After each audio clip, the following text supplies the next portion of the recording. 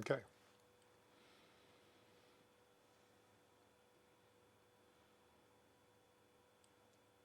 So one of the ways that we know of you, the world knows of you, is weddings, births, deaths, the entire this ceremonial aspect of that. How did that come about?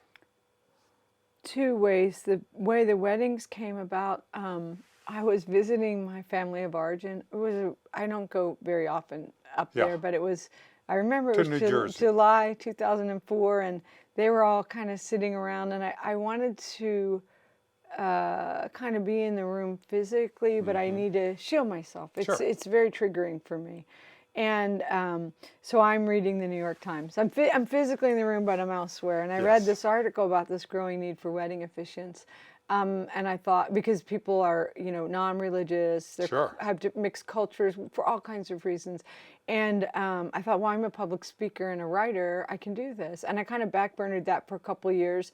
And then I decided to try it. Some friends of mine were getting married. They'd been married and divorced, and they were getting remarried. And their kids are friends of mine. So I mean, like around a little bit younger than me. So I did their wedding, and it was so fun. I thought, that's it. I'm going to do this. And I found a wonderful woman named Kim who used to own Unbridled, and she offered to train me, and she did, and she got me leads, and I really took to it. I loved being part of it, and I kind of have this joke. It's like those who can do, those who can't preach, because I know I'm twice divorced, kind of Sure. have a disastrous train wreck of a relationship history, or whatever, elements of design, whatever you want to call it.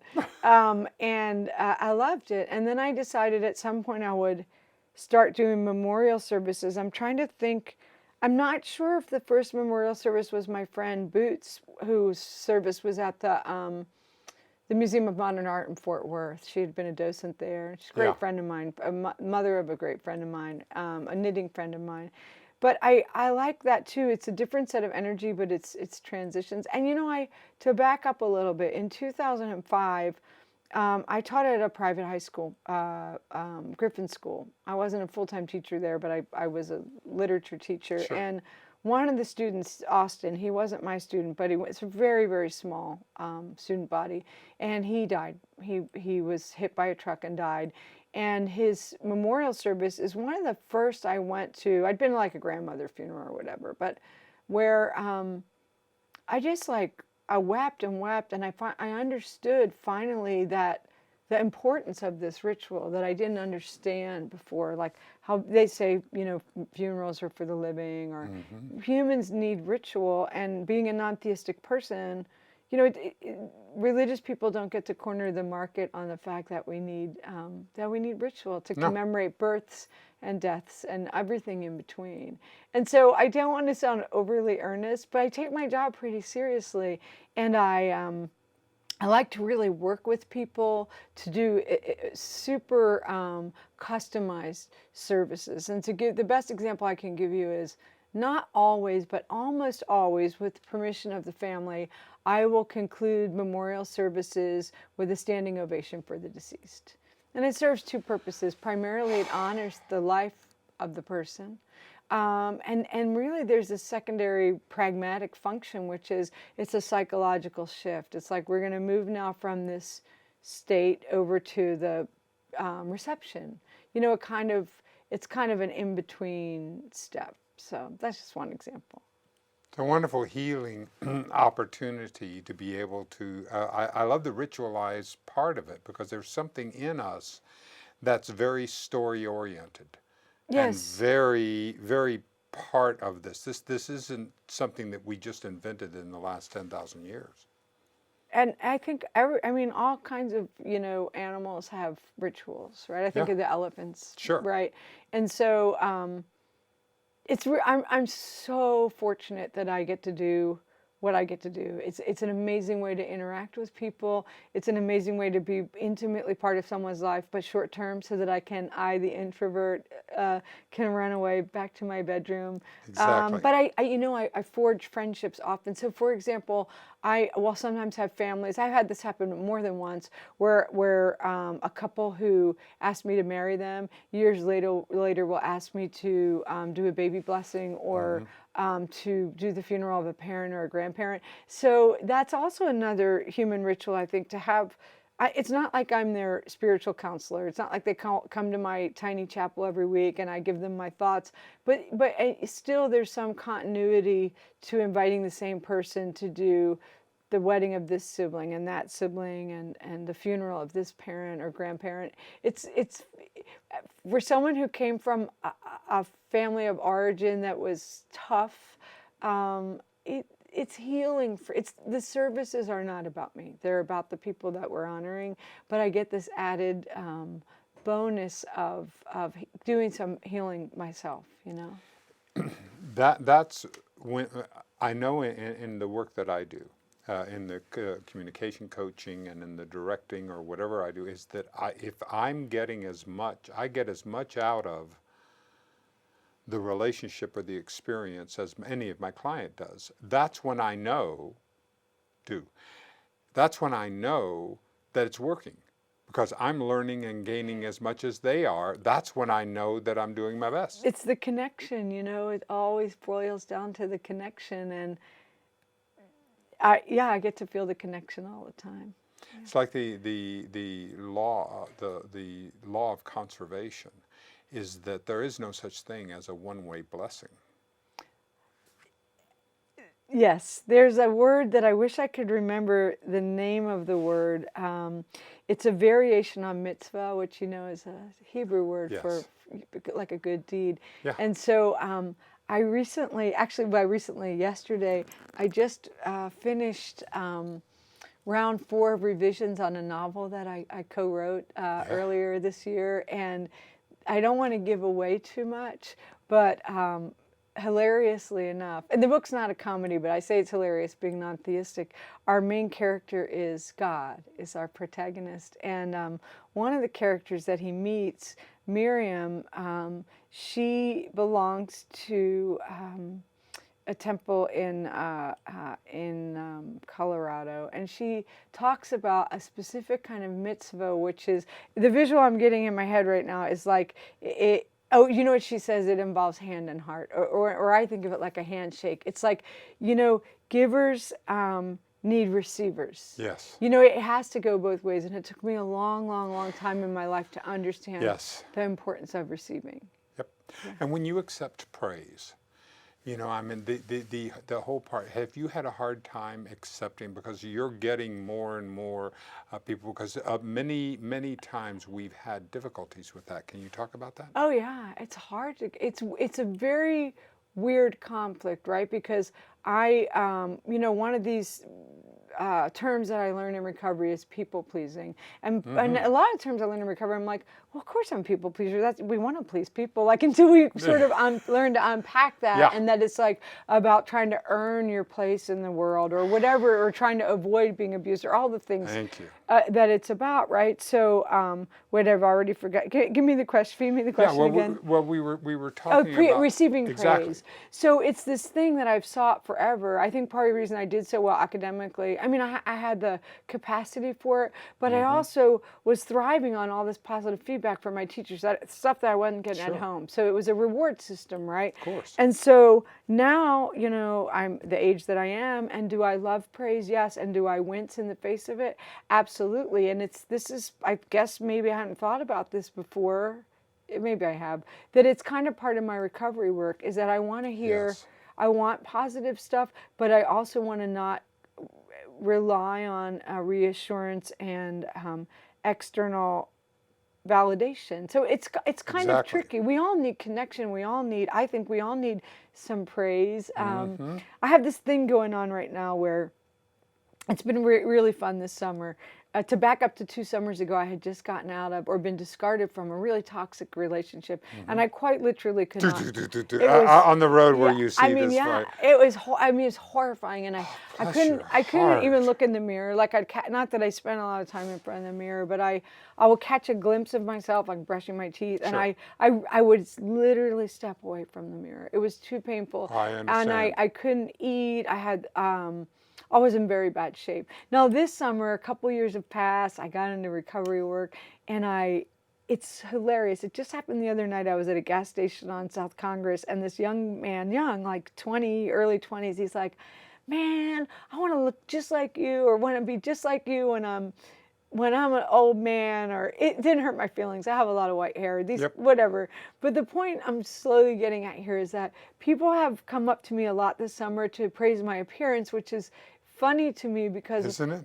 and I know like I know that they sometimes they try to figure like is it my braids, or is it my tattoos, or is it my boots. I was actually telling this story recently to my collaborator, my co-writer Steve.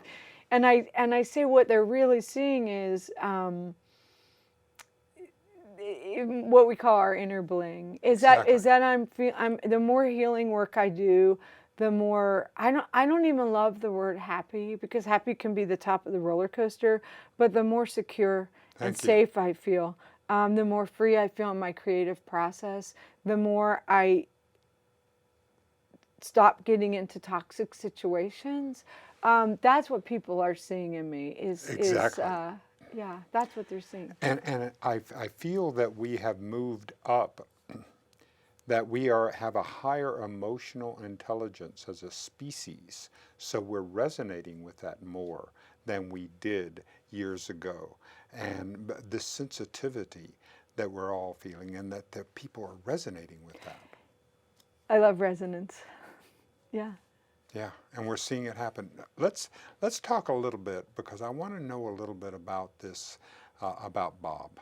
Okay. And because there was, of course, for all of us who have been in the rooms, we know that there was a Bob, that Dr. Bob, that was Yes. part of that in here. And apparently there's a Dr. Bob, although he isn't a physician, but he came to you and had this relationship. So talk My a little Bob, about my your Bob. So in 2015, on another rare trip back to New Jersey, some friends, many of whom I hadn't seen for 30 or 33 years, I was up for my mom's 80th birthday party, and these old friends of mine threw a welcome back party for me. And one of the committee members was my kindergarten crush, John Logan. Yeah. And I told them all that I was coming up, but I've had too much anxiety to see everybody. And they were like, well, too bad, we're having a party for you.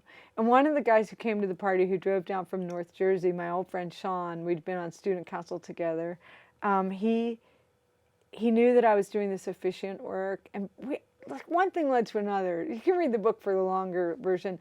And This is the Tao of Bob. Bob. Yeah. So Sean knew I wanted to buy this tiny chapel in Luling and move it to a piece of land. And he said, well, look, if you sell your house and buy the chapel, my wife and I will invest in you, and we'll help you buy a piece of land.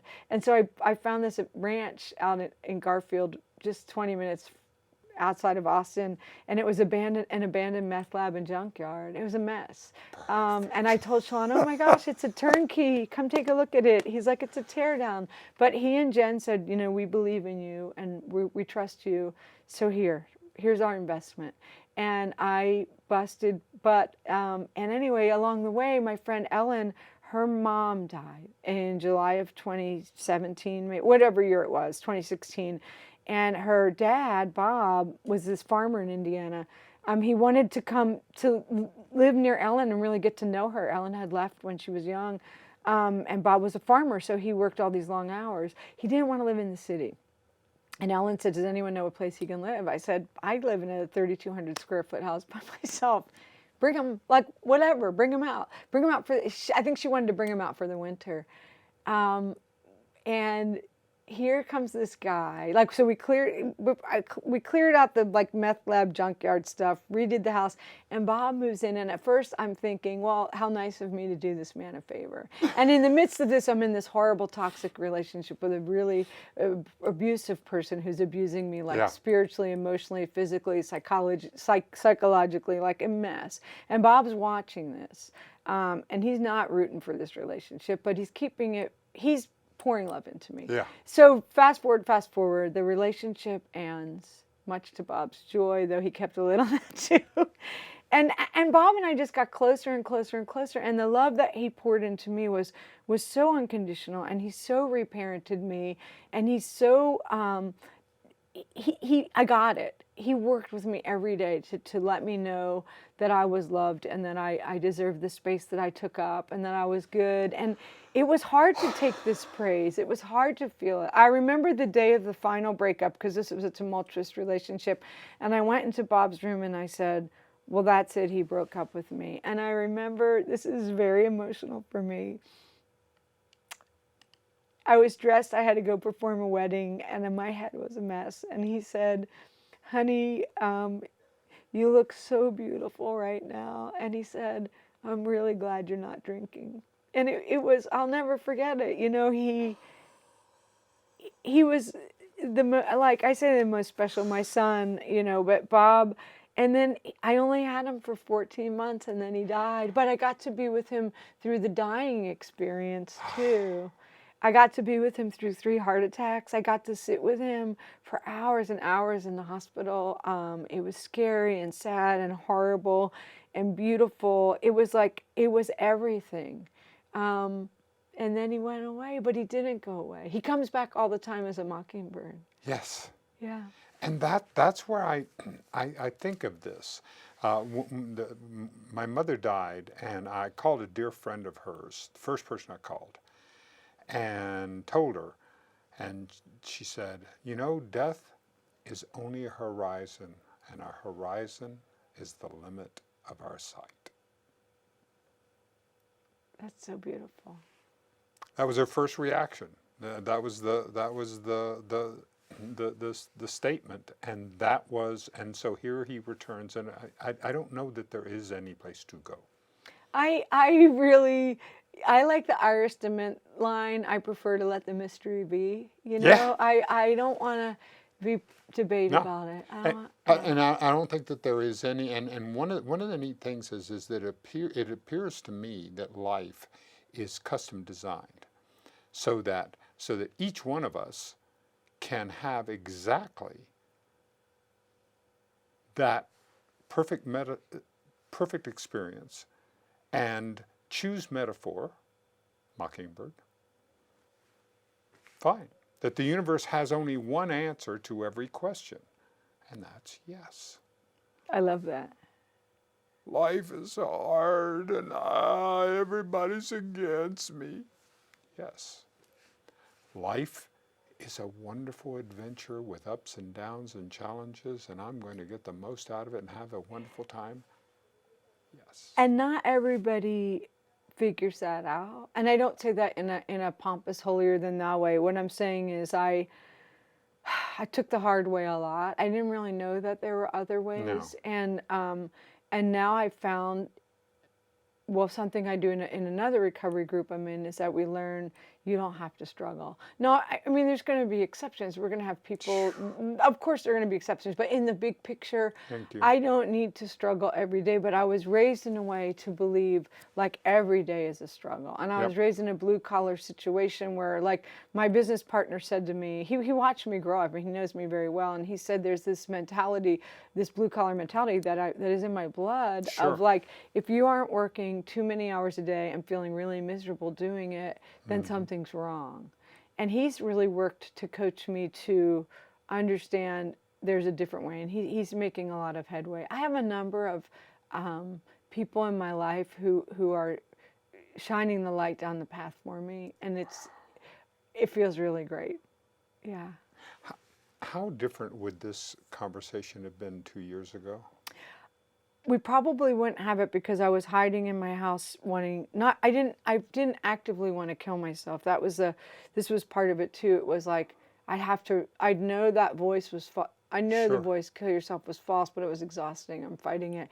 So 2 years ago, it was not good. I mean, I couldn't. I say that now. I'd already written my meditation book. I started a meditation practice maybe 20 years ago. I was still teaching classes. Part of me was showing up, but I was very broken. And what I mean is, I had one of my therapists explain we're always whole. And I have another friend who's my friend Angel, says that, like, even if we're broken inside, we still are contained. we're whole because we're inside of ourselves. Like there, I love all the metaphor, like you were saying, but I was only now can I look back on 2 years ago and kind of really sort of begin to comprehend just how broken I was. And it was not good. But it was this, Leonard Cohen, right? It's how the light gets Yes. in. And I like to say when I shared my story at my recovery group, I like to say the cracks are also how the light gets out. Because God, that's beautiful. the people who have loved me back to health, who saw these, I felt like I was dark inside, but there were these tiny little embers, and these human bellows have come along and built the fire back up, and so the light comes out of the cracks now, so I can give and receive. Yeah. But that was a period of my life of primarily needing to receive. I Yeah. was spiritually in critical condition. Yeah. And there is such, what I feel about you today here in 2019, in August of 2019, is an incredible groundedness. Thank you. I really, I feel like I want to do like my Academy Awards speech, but I have to, like, the list is so long of people who've helped me, but I like some really key things that are helping me ground myself. My friend Carol, I jokingly call her my spiritual advisor, but it's not even a joke. No. We have a lot of similarities. Thank you. She's 20 years older than me, and now I'm at a place where instead of being contrarian, when she says, "Well, this happened to me, it might happen to you," or that given the parallels, instead of saying, "I'll do this my way," or "I'll see," or I don't want to spoiler alert, I will try really hard to listen. She helps me with observation. My writing partner, who just showed up in my life, like Steve? I'm not a collaborator by nature. I'm a solo introvert, I get you. hider, lock myself in my room with my dogs. But Steve just showed up like there when we were first starting to get to know each other. I would sometimes just say like, are you real? Are you like Harvey the rabbit? Or I couldn't understand, and I still don't entirely understand how we wound up collaborating, but it doesn't matter. It's changed my life in the most profound ways. And Steve is very, very grounded, further down the path than me. Not that it's a Right. competition, but what I'll do is I watch. We have a saying in recovery: if you want what we have, you'll go to any length to get it. Exactly. So I watch people who I admire and who seem to me to have a kind of peace that I'm interested in, and I'll emulate them. Hopefully not like the movie Single White Female. No, it's not like that. But like, for example, But that's modeling, isn't it? it is modeling. But like I used to I realized that I was waiting for whatever states need to fall off the country so that we'd have the Atlantic Ocean here, and Sure. that's not going to happen. So with some coaching from Steve, I learned how to, instead of being angry at Barton Springs for not being the temperature that I wanted it to be, he coached me with a technique on how to jump in, and I used to get furious when I'd get in that water. Now I get in every single day, and it's a great joy for me. And when we write together, it's a great practice in like, we never have gigantic disagreements, but maybe one person wants to write it a little differently than the other person. There's not ever this. It's learning. It's impossible for me to describe. Carol likes to joke that the real book is how the book came to be. I mean, and we're getting ready to start another book, but to be able to be creative with somebody else and in a non-pugilistic fashion, where we encourage each other and see the same way and differently at the same time, it has opened up something inside of me. God, I can see it. I Yeah. can see it happening. And this is the shift. I use the metaphor of a telescope or a camera. Let's just say a camera. Mm-hmm. And the difference between a soft focus and a sharp focus is a tiny little turn. So that the changes, the shifts that are in me, the same to bring things right into crisp focus, into alignment, into flow, is a small step. To me, it's a chasm. It's both. right? I mean, it's both. I know. And to I get love into paradox, don't you? yes, I do. Yeah, that's all we have, right? I love being in flow, and I've been in flow. The funny thing is, at the end of 2018, I said, not in a hard and fast resolution kind of way, because I don't. That's not how I. What do we say? How I roll, whatever. But I thought to myself, you know what? I'm going to take a little break from writing in 2019, not out of like frustration or anything, but I have this ranch to run, Sure. it's a lot to run by myself. I Oh mean, it's a God, wedding yes. venue. It's not. I have a few lives. I have a Yeah, little bit of lifestyle. but you have things to clean. You have. I was reading. You know, you have things to clean. You have to drag stuff out. You have to get stuff ready, and I mean, it It's takes a lot of constant, prep. and I have to manage. Like I'm getting some roof repair done, but it's always stuff. So I thought, you know what? I'm gonna focus on the ranch in 2019 and try to really ramp up business some, and then I'll get to my writing. But then I suddenly, you know, my magical writing partner appeared and said, "Would you like to collaborate?" And I was like, "Sure." And so, interestingly enough, I guess it's like maybe what I'm getting at is like be open to the only answer is yes. My business partner Sean will say to me sometimes, "I can't believe how quickly you agreed to make this deal." And I said,